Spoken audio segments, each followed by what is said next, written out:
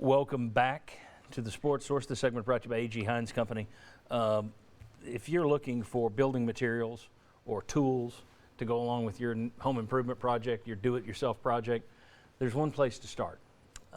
They have a better supply than some of the big box stores out there because they're not having to split stuff between here in Topeka and here in Schenectady. They don't have branches there. They have their store here in East Tennessee.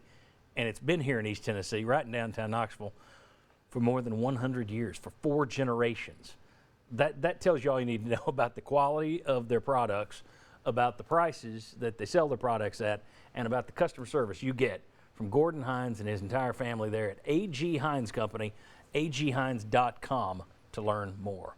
Okay, let's continue with Read and React. We got quotes from coaches and other people up there. We got people they're talking about. I want to get you guys to react to them. First of all, there have been some freshmen getting praise kind of at this time of the year. I guarantee you, if you pick up the Lexington Herald-Leader or, the Dothan Times, they're talking about the guys at Kentucky, the freshmen at Auburn, that are all taking a step forward. But let's take a look at 3 of these guys who are getting a lot of hype so far, all on the offensive side of the ball. Taven Jackson, big praise for him this week from his quarterback coach.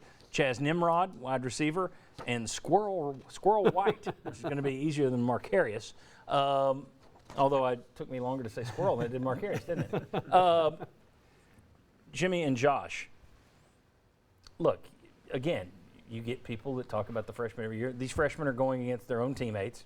Usually it's a group of teammates that have guys out with injuries.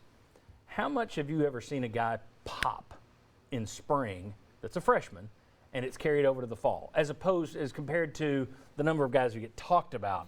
It's like, what is the percentage there of, we talk about 15 of these guys, 1 or 2 are pop. So how much of this do you buy into with these guys?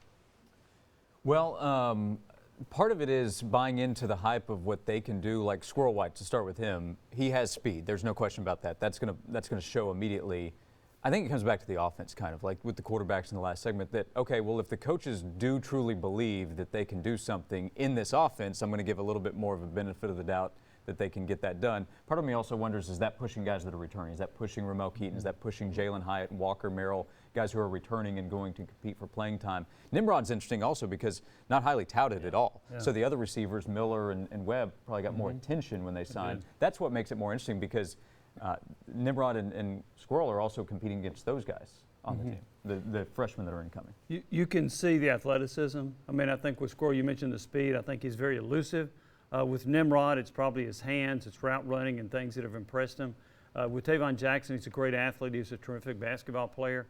But until you get into a setting of a game, and David alluded to this, with 100,000, with the lights on, with TV and so forth, you don't really know for sure. But you can detect the athleticism. Does that necessarily carry over? I don't know. But to your question about how many carry over, I don't know if I can name a lot, but I can think of the Eric Berries of the world that it didn't take long to see this guy was special, right? But there aren't a whole lot of them that make that quick jump to being an impact player as a true freshman. And depending on who the coach is and how much he leans on veterans, it also depends on what the hole is, what the need is, because you'll have a guy like Jamal Lewis who might not get on the field until game 4 when maybe he could have gotten on game 3. But you'll have some guys who you not only need that special freshman talent, but you need the hole there to show it off. And it'll be interesting to see, is Heupel a guy who's just like, hey, if the freshman's the best guy, he's on the field? Because some coaches are more, look, you've been here, we go with the veterans. We don't really know with Heupel yet how that's going to play out over time. All right, let's talk about leadership with David and Chuck down there. Heupel, Ryan Callahan, our buddy, Go Vols 24/7, wrote this week. Heupel said the Vols took a huge stride in their leadership and the connection among their players during the first 7 weeks of the spring semester. Their offseason leadership program put players, including some of their newcomers and other young players, in situations that might have been uncomfortable for them, Heupel said, forcing them to be out front. After Saturday's scrimmage, he said he already has seen a more player-driven team during the first 2 weeks of spring practice. If you're going to be a leader, you got to be out front. You've got to be able to communicate. You got to be able to say the things that are positive, say the things that are negative. Be clear and honest in your communication, no different than coaches. We try to be in on those things as well, et cetera, et cetera, et cetera. Coaches always talk about wanting a player-led team. It sounds like Heupel really works at it. Now, there may be other coaches that work at it. David, I know you've covered the Big 12. You've covered programs outside of here.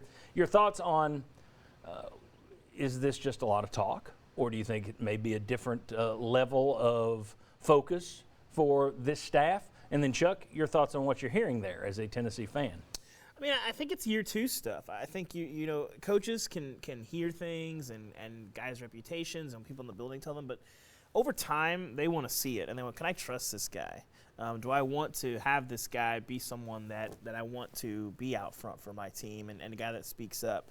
And then the coach, from the player perspective, again, it's another year 2 thing. Do I understand what the coaches want? Do I understand what we're trying to accomplish? When I see somebody doing something, are they, is that my expectation or is that the coach's expectation? I think getting a feel for that, I think these are all things that can happen in year 2, and I think you're seeing that. Again, everybody in the building just becoming a little bit more comfortable with each other, and you hope that shows up on the field come fall. But I think that's a lot of what you're seeing here is coaches knowing who they can trust and players understanding what the expectation is and applying that to their own teammates where you probably couldn't do that a year ago because you just didn't really know. Chuck? Well, when I think of leadership, I always think of accountability. And to me, leadership is not some kind of rah-rah or some kind of, being real outspoken and doing this.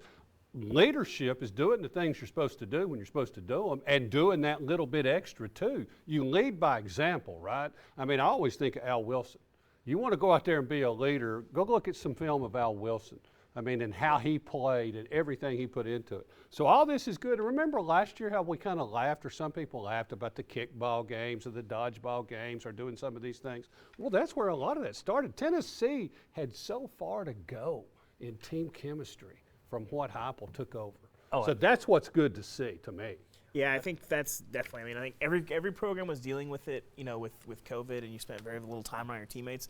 But it did feel like Tennessee was especially disjointed a little bit. Oh, well, losing doesn't help. Well, you had a coach who'd been beating them up during COVID. And then you had half the team leave. I think what Heupel did was brilliant in coming in and trying to make it fun and keep as many guys around as he could, because I think that helped keep guys around. When everybody else is heading for the door, there's a natural gravitational pull that maybe I should be going to. Look at LSU basketball. Oh, yeah. It's like, last one here, turn out the lights. So I think it was wise for Heupel to go down that road. Oh, yeah. last year. Yeah. All right, when we come back, Rodney Garner has a strong view of what his players' expectations for Tennessee football should be. We'll discuss that next. Come on back on the Sports Source.